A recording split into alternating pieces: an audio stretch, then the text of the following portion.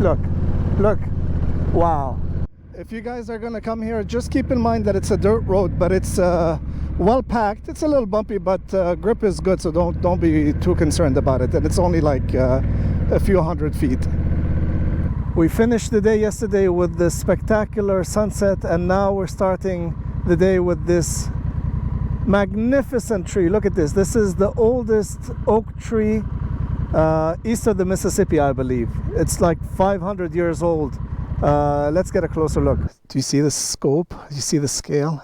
Size of the people relative to the tree?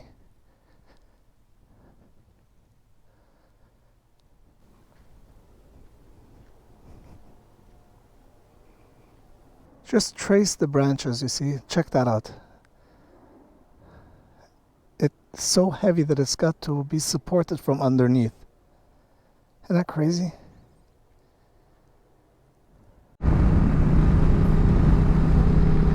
This is the best feeling in the world. It's towards the end of the day. I'm almost at the hotel. We're about 33 minutes away. You're all alone in these beautiful, beautiful roads. Man, it feels so good, man.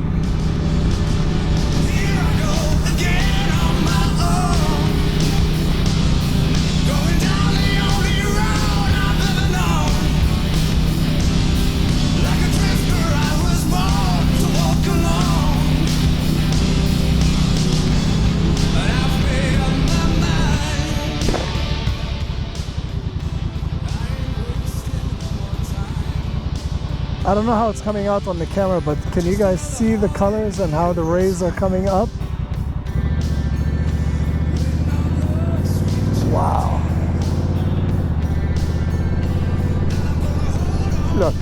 Look, wow.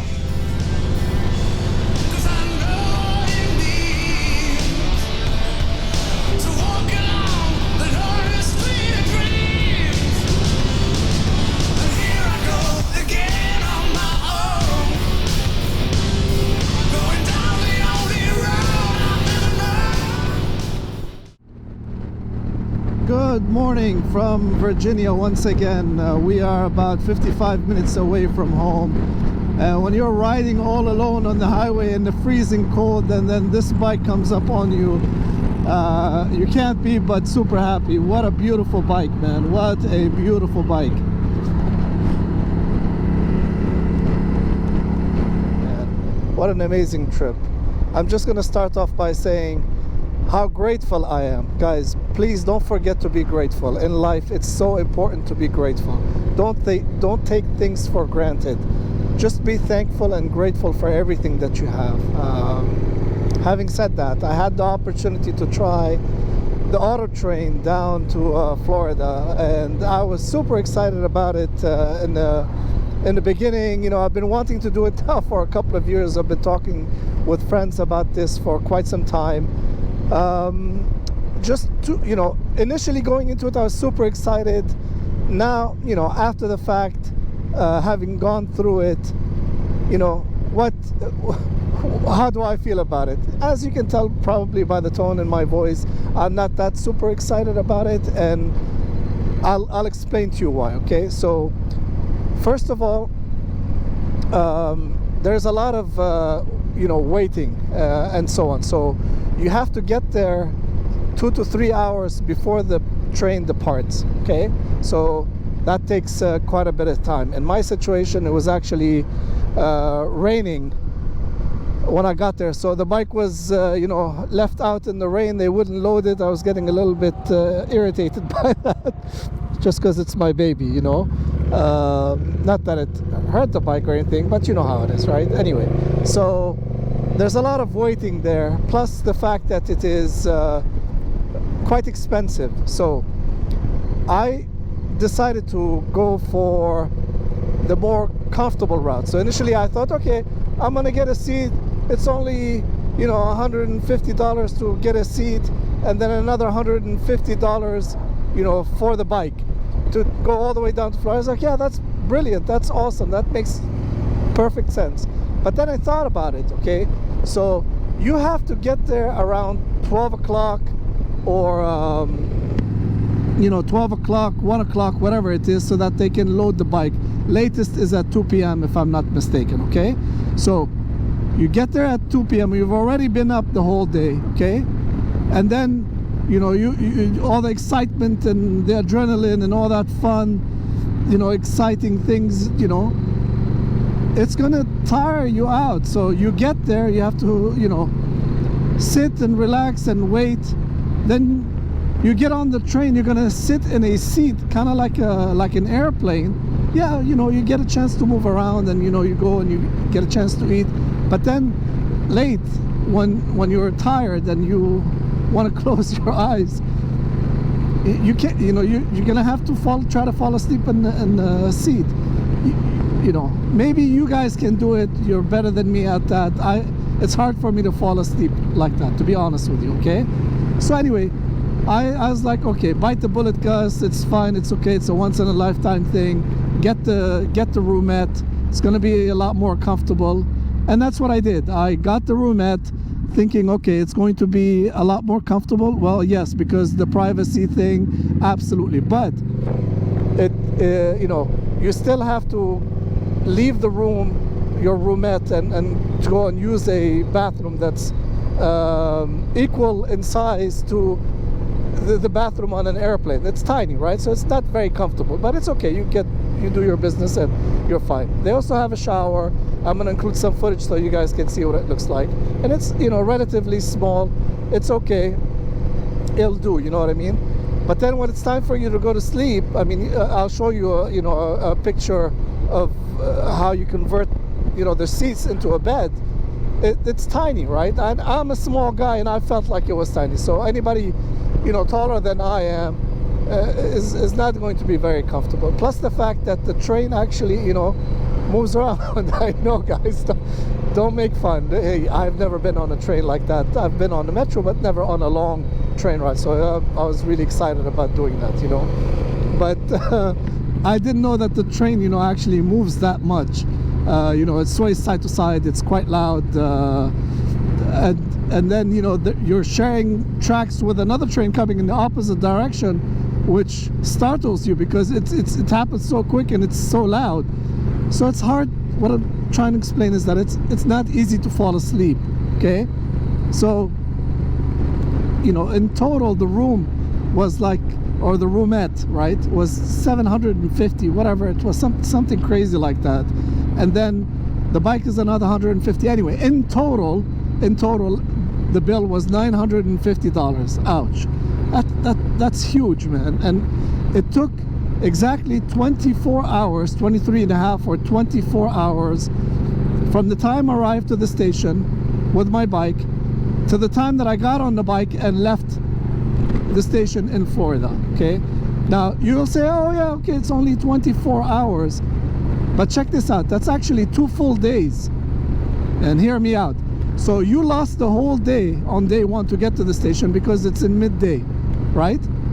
So you had to take the day off to be able to do that. And then when you got there at the other side, by the time you leave the station, again, you lost half the day. In winter, that's something that you have to take into consideration because the sun goes down at 5.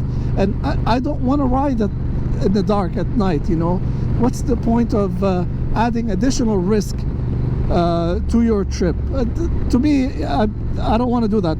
You know, it's best to minimize risk as much as possible. So anyway, in a nutshell, would I do it again? I don't think that I would, to be honest with you guys. You know, it might be great for some of you guys, and I wanted to share my experience with you just in case you might find it helpful for your needs, you know. But for me, I don't think so. I'd much rather you know, be riding my bike down there. And another point that I want to mention is the fact that, you know, the train leaves at 5. Guess what? It's already dark at that time. So you don't even get to enjoy the scenery like this. So yeah, well, you know, in that case, no, I'd much rather be, if I'm in a rush, I'd much rather be on the interstate, taking the interstate, that at least I'm enjoying all of these views and being comfortable in the hotel. And it'll take me, you know, 3 nights. Total cost, it's actually going to be cheaper if you ride down there than it is to take the train. Because, hear me out, look, it's going to cost you roughly about $150 per day, including a meal for one person, a hotel room, you know, a decent hotel, not a, you know, motel, but a decent hotel such as a Holiday Inn Express, you know, up to between $80 and $100, let's say, if you get it outside of town, just off the interstate, and you know, your gas. So you're looking at about $150 per day going down there. So you're looking at $450 versus $950 or $1,000. That's quite a bit of difference, don't you think? Anyway, that's enough about the train. So let's talk about the bike. The bike did incredibly well. You guys know how much I love this bike. I will say this, I had one issue, and one issue only with my bike, and this has been a recurring issue, surprisingly. I'm trying to figure it out, what's causing it, but my cruise control, it keeps disengaging. I know a lot of people have you know, had a similar issue with theirs, including Quasi, you know what I mean? Now, in my case, I never had an issue until I installed you know, that the Thunderbox. So I'm thinking that has something to do with it, with all the electronics that I've attached to it. I have the camera attached to it, I have my heated gear attached to it, I have my auxiliary lights attached to it. So you know, there's quite a bit attached to it. I'm thinking maybe that's what's causing it, but it happened, you know. And you know, if you take a look, you know, the trip is 1,947 miles so far in total, of course excluding the train. This is just riding miles, right, from the time I left home. It happened a total of 3 times. Now, what I did is I said, I don't want to risk it, because, you know, it was acting up before the trip. I got you know, that throttle lock that I showed you guys in one of the episodes, right? And you know, I'll include a picture just to show you what it looks like, you know, to try it out. I've never tried one out. I was thinking, yeah, why not? Let me try it out to see what it's all about, and it worked. You know, I'm not gonna lie, it worked. Now, it's not for everybody. Be careful, guys, especially beginner riders. Don't get one, don't use it. I cannot recommend it for you guys, because I can't trust that it'll disengage. Don't mess with it. Just use your throttle hand and stick to it. Avoid the cruise control altogether until you're more seasoned, so to speak, right? So that was the only issue that I had with the bike. Other than that, everything was perfect. Let's talk about, you know, all the stuff that I had done to the bike before the trip, including my front suspension by Matris, which was freaking amazing, because now the bike is so well balanced in terms of, you know, the suspension front and rear. Because if you guys remember, I also added the Ohlins shocks to the bike. Now what would be really cool is if I've ever had the opportunity to get the Matris shocks, to try them and have Matris cartridges in the front as well as shocks in the rear, and then to dial the bike in. But my bike is completely dialed in. It's so amazing to ride on the highway, on the twisties, in any conditions. I love the feel of it, and you know, I fell in love all over again every time I go for a ride. I keep telling you guys I sound like a broken record, but I'm being honest, right? That's how I feel. Heated gear. This is the 2nd season. I highly recommend this brand. It's called Warm and Safe. I'm using them right now. Heated gloves. Again, once again, this is the 2nd winter that I'm riding with them. These are the Revit heated gloves. They're awesome. Again, I highly recommend them. The quad lock. The quad lock, once again, did incredibly well. And you know, the front brake pads that I recently upgraded to, again, freaking awesome. The rear brake pads, fantastic. So the bike altogether with the gear is just amazing. I love to find you know, solutions to problems that I've had, and I share these solutions with you. These are solutions designed for me, not for you. However, the methodology behind it, the choices, the reasoning behind it, why I selected the gear, why I selected the accessories and so on, you might find useful. I'm not telling you what to get, but I'm just sharing the solutions that I found for me, right? Again, nobody paid me any money to get this gear. I am picky. I do a lot of research. I hand selected this gear, and I always try to go for the best, the most, what I can afford, of course, the best, so that you know, it can benefit me and my needs. As an example, I invested in new riding gear for the winter season, which is this jacket by Revit, and then these jeans that are laminated waterproof jeans. Very expensive Roker jeans. I also have the, you know, the regular Roker jeans. They're very, very expensive, but you know, they are riding jeans, so they're protective. In case you fall down, you have your knee pads, your you know, hip pads, as well as slide protection. Now, I had those from the very beginning for 3 years, and I love them because, you know, you can ride comfortably and they're breathable. But in winter, I wanted something that is windproof, waterproof. That way I don't have to put stuff on and take stuff off, and all that annoying things that we have to do as riders, right? So I got this jacket. This combination works incredibly well in winter, you know, with my layers underneath it. Works great. However, when I got down to Florida, you know, I realized the mistake that I made and limitations, because they're not breathable. So I was miserable in the heat. I'm not gonna lie to you guys, and I even went against my philosophy, and I rode without riding gear, with the exception of gloves and a helmet. But I couldn't take the heat anymore. It was unsafe to ride in them because I was so uncomfortable. So that was the mistake with the gear. But you know, they're phenomenal for winter for what I got them for. However, if I was to do it again, I'd get gear with direct venting, you know, so direct vents to the skin. And you know, that's what I would do if I was to get it again. But anyway, the star of the show, I'm gonna end it here. I know I've been going rambling on them, but hey, it's a trip for 12 days, guys. Bear with me, you know. Give me a break. The star of the show, and thank you to Steve or Steven on the Facebook group for posting and making that recommendation. Thank you very much.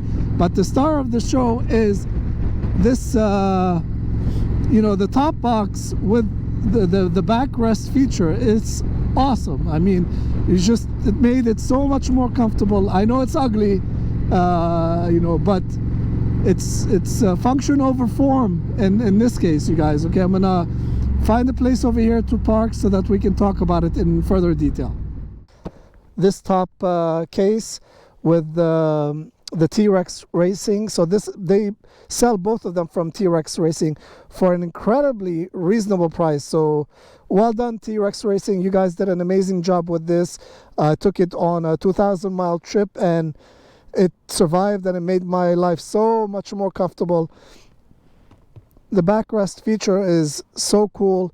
I love the fact that it's adjustable, so you can shift it forward or rearward so that, you know, you can accommodate it. You can see over here it's actually touching my seat, but I can still get the seat out. So that's the closest if you're a shorter rider. Now, this worked for me because I have 6-inch riser, so that worked for me because my riding position is more upright, you know what I mean?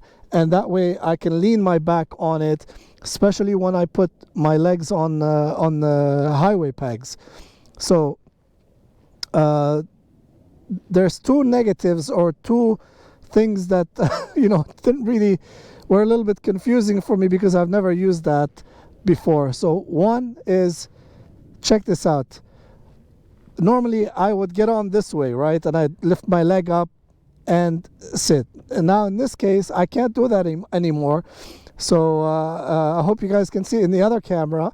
I have to do this, shoot up and then shift forward, and then I have to do the same thing to try to get off the bike. So that's one of the things that is a little bit annoying, I have to admit. Okay, the other thing is, I'm gonna just forget about this for a sec, okay? So you can't open it, okay, unless you have the key and you turn it. So a way around it is that I started to use the key.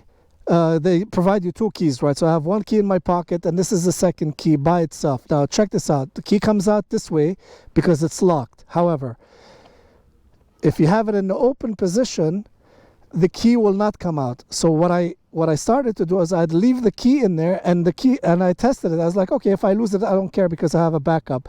So I tested it. 2,000 miles, key is still there. So this system works. So this is a solution if you guys, we're a little bit irritated by that.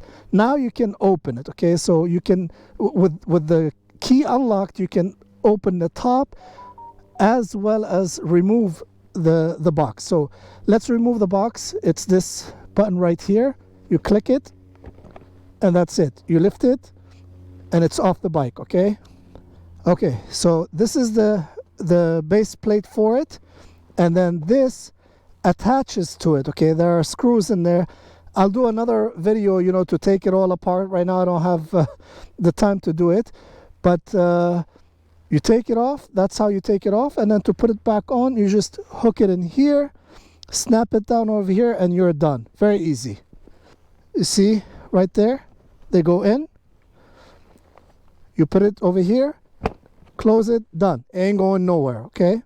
What I like about it is I like these over here. That way, in case you need to add more stuff, you can, right? And then use this to tie everything down. It's pretty cool. I like that. Now, on the inside, you can fit a lot of stuff, okay? It's quite deep. Forgive the mess, but this is, I literally just got back right now. I haven't had the chance to clean it all up. But you can actually fit a full-size helmet in here, no problem whatsoever. And it works. It works really well, you guys. That's all I'm going to say about it. This trip turned out to be incredible. It's so amazing. I'm so grateful. I got to see so many cool things. Thank you for everybody that encouraged me. Thank you for everybody that came along and that watched. The highlight, of course, being that I introduced you guys to my identical twin. So that was so cool. So what a cool guy, by the way. Anyway, have an amazing day, you guys. Love you.